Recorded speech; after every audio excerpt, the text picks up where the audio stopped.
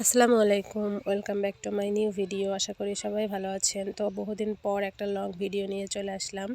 তো আজকে আমি দেখুন খুব সুন্দর একটি ফুলের ডিজাইন আপনাদের সাথে শেয়ার করব। তো যারা এমব্রয়ডারি কাজ একদমই জানি না, ভরাট সেলাই বা পাতা সেলাই বা ডাল সেলাই, যে কোনো সেলাই যারা আমরা একদমই জানি না, তারা শুধুমাত্র কাঁথা স্টিচ দিয়েও কীভাবে একটা ফুল সুন্দর করে ফুটিয়ে তুলতে পারেন সেটি আজকে আপনাদের সাথে আমি শেয়ার করব।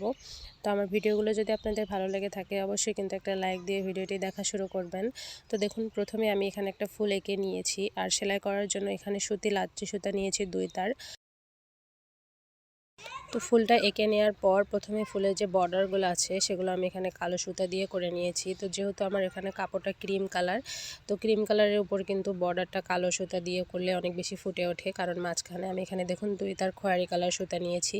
নেওয়ার পর একদম ফুলের যে পাপড়ি আমি এঁকেছি সেটার মাঝ বরাবর প্রথমে সুইটা তুলে কাঁথা স্টিচ যেভাবে আমরা দেই সেভাবে একটার পর একটা ফোঁট তুলে কিন্তু আমি পাতাগুলো ভরাট করে নিচ্ছি বা কলিগুলো ভরাট করে নিচ্ছি। তো কাঁথা স্টিচের সময় আমরা খেয়াল করি যাতে দুই পাশে সেলাই ওঠে, কিন্তু ফুল বা পাতা এখানে এমব্রয়ডারি হিসেবে করার সময় আমরা খেয়াল করব যাতে উপর পাশেই বেশি ওঠে, মানে ফুল সুইয়ের ফোঁটটা, আর নিচে একটু কম ওঠে। কারণ যদি আপনি কম বেশি করে উঠান বা একই সমান উঠান তাহলে কিন্তু উপরে ফুলটা বেশি ফুটে উঠবে না।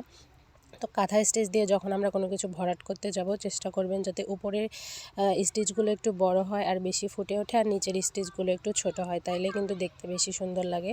তো দেখুন একটার পর একটা এভাবে পাপড়িগুলো আমি সুন্দর করে কাঁথা স্টিচ দিয়ে ভরাট করে নিচ্ছি। খুব ঘন করে দেওয়ার চেষ্টা করবেন না, একটু হালকা ফাঁকা রেখে করবেন, কারণ ফ্রেম থেকে যখন আপনি কাপড়টা খুলবেন অটোমেটিক কিন্তু আপনার ডিজাইনগুলো ঘন হয়ে আসবে।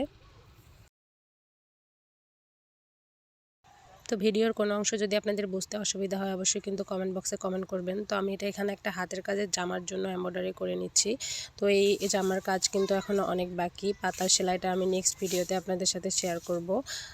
তো দেখুন সুন্দর করে পাপড়িগুলো সবগুলো ভরাট করে নিলেই কিন্তু দেখতে বেশি ভালো লাগে। আপনারা কালার কম্বিনেশন ঠিক রেখে এইভাবে শুধুমাত্র কাঁথা স্টিচ দিয়েও সুন্দর করে ফুল লতা পাতা কিন্তু সেলাই করে নিতে পারেন। তো আজকের মতো এখানেই বিদায় নিচ্ছি, দেখা হবে নেক্সট ভিডিওতে পাতার সেলাই টিউটোরিয়াল নিয়ে। আল্লাহ হাফেজ।